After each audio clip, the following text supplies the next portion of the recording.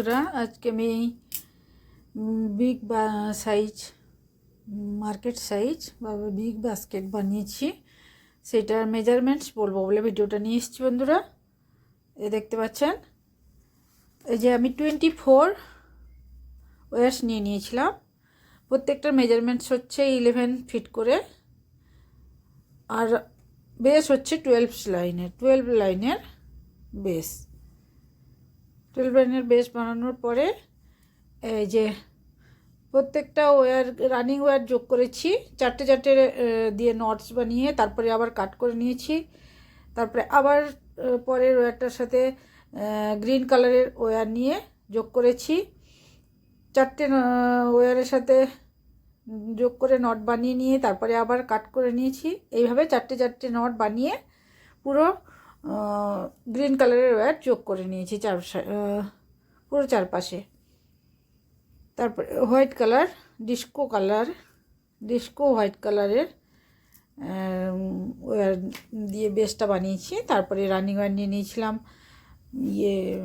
Green কালারের।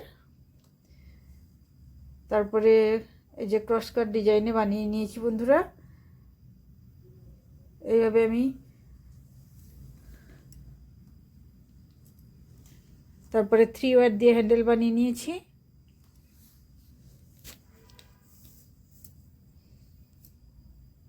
তারপরে এই যে ওয়্যার যে গ্রিন ওয়্যার যোগ করেছিলাম, চারটে চারটে নট বানিয়েছিলাম, তার যে এই সাইডের আর এই সাইডের ওয়্যারটাকে নিয়ে এই যে মিডিলের গ্রিন কালারের একটা নট বানিয়েছি।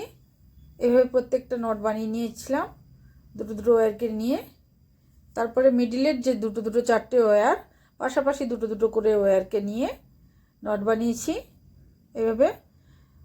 তারপরে যে ক্রস শেপে যে ওয়্যারগুলো এসছে না, তারপরে সবগুলো ওয়্যার কিন্তু ক্রস শেপে এসে গেছে। তো ক্রস শেপে এসে যাওয়ার পরে ওইগুলোকে বেসিক নট বানিয়ে তারপরে আমরা ব্যাগের হাইট পেয়ে গেছি। এইভাবে এক ধার থেকে ওইভাবে সেম প্রসেসেই বানিয়ে গেছি। এইভাবে বানিয়ে যেতে হবে, তারপরে দিলে ব্যাগের হাইট পাওয়া যাবে। তো এই হচ্ছে ব্যাগের এই যে মেজারমেন্টসটা বললাম বন্ধুরা, আপনারাও পারলে বানিয়ে নেবেন।